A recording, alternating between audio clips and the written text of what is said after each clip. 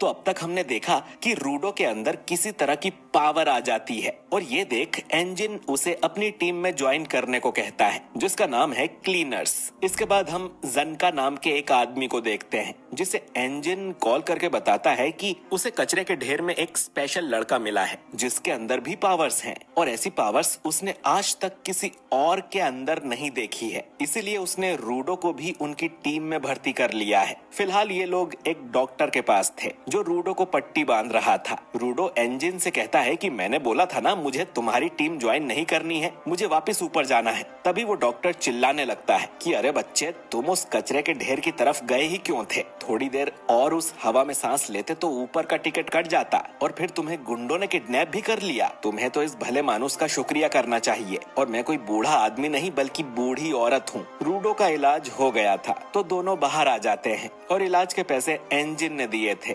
रूडो उसे thank you बोलता है और कहता है कि मुझे तुम्हारी टीम ज्वाइन नहीं करनी, मुझे बस जानकारी चाहिए वापस ऊपर जाने की। एंजिन बोलता है कि उन गुंडों को देखकर तो तुम समझ ही गए होंगे कि यहाँ के लोग ऊपर वालों से नफरत करते हैं, तो अगर किसी को पता चल गया कि तुम ऊपर से आए हो तो तुम्हारी खैर नहीं। यानी इस जगह जानकारी फ्री में नहीं मिलती, तो मुंह बंद रखो और मेरे पीछे चलते रहो। ये लोग अब एक जगह जाकर बर्गर खाने लगते हैं और रूडो को बहुत भूख लगी थी। रूडो सोचता है कि उसे लगा था कि पिट में कचरे के अलावा और कुछ नहीं है, लेकिन यहाँ तो शहर बसे हुए हैं जिनमें लोग रहते हैं। एंजिन अब रूडो को एक्सप्लेन करता है कि यहाँ पर आनिमा नाम की एक एनर्जी होती है जो टाइम के साथ साथ इकट्ठा होती है और वो कचरा मॉन्स्टर इस आनिमा एनर्जी से ही बने थे। वो इंसानों को देखते ही उन पे हमला कर देते हैं। ज्यादातर तो वो कचरे में ही रहते हैं, लेकिन कभी कभी शहर में भी घुस जाते हैं। आम हथियारों से इन मॉन्स्टर्स को नहीं मारा जा सकता, लेकिन रूडो के ग्लव्स जरूर उन्हें मार सकते हैं। जैसे एक शेफ के पास उसका पसंदीदा चाकू होता है जिसकी वो सालों तक धार करता है, या एक राइटर के पास उसका पेन होता है।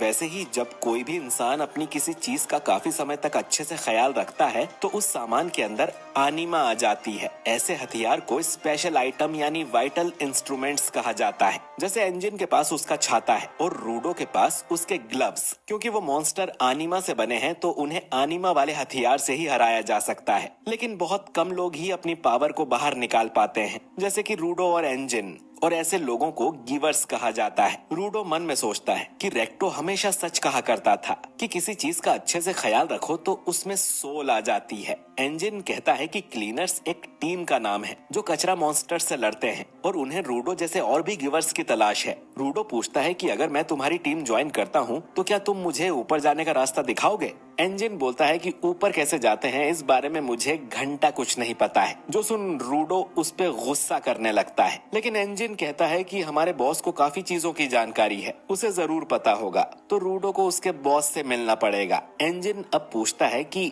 ये ग्लव्स तुम्हें किसने दिए थे? रूडो कहता है कि मेरे फादर ने, और ये ग्लव्स उनकी आखिरी निशानी है। एंजिन कहता है कि तो इसीलिए तुम इनका इतना ख्याल रखते हो, तुम्हारे ग्लव्स में सोल है। अब ये सुन रूडो को रेक्टो की याद आ जाती है। तभी एंजिन का फोन बजने लगता है और वो यहाँ से जाने लगता है। रूडो एंजिन का शुक्रिया करता है उसे अब तक बचाने के लिए। एंजिन उसे पैसों की एक पोटली भी देता है। ये पैसे उसे रूडो के कपड़े बेचने से मिले थे और इनमें से ही उसने हॉस्पिटल और खाने का बिल चुकाया है। जो सुन रूडो गुस्सा हो जाता है। एंजिन कहता है कि वैसे भी उन कपड़ों में लोग तुरंत पहचान जाते कि तुम ऊपर से आए हो। खैर, मैं तुम्हारे होने वाले ट्रेनर से मिलने जा रहा हूँ, तुम यहीं मेरा इंतजार करो। रूडो मन में सोचता है कि एक बार मुझे ऊपर जाने का रास्ता मिल जाए, इसकी टीम को तो मैं लात मार के जाऊंगा। तभी यहाँ एक बिल्ली आती है और रूडो की पोटली उठाकर भागने लगती है। रूडो उसके पीछे एक गली में जाता है और वहाँ रखी एक लाठी को उठा के भागने लगता है और बिल्ली को पकड़ लेता है और पोटली ले लेता है। ये लाठी असल में जनका की थी,